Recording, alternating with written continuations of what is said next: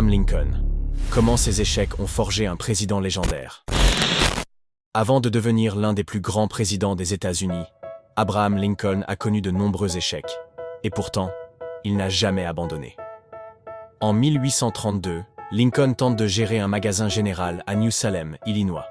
L'affaire échoue rapidement, laissant Lincoln avec des dettes importantes. Mais cette expérience lui apprend la responsabilité et la persévérance.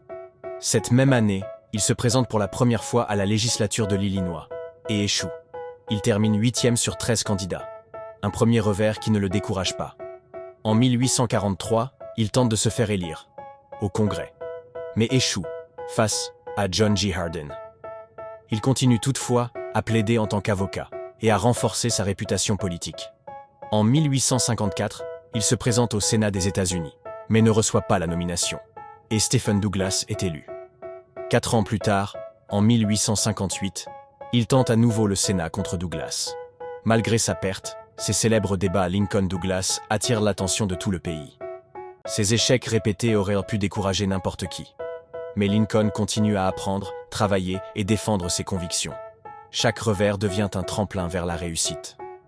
Et finalement, en 1860, Abraham Lincoln est élu 16e président des États-Unis.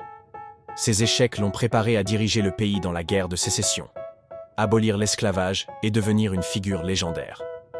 La leçon de sa vie est claire. Échouer n'est pas la fin. Abandonner l'est. Chaque obstacle peut devenir une marche vers un succès historique. Échouez, apprenez, persévérez et transformez vos échecs en réussite.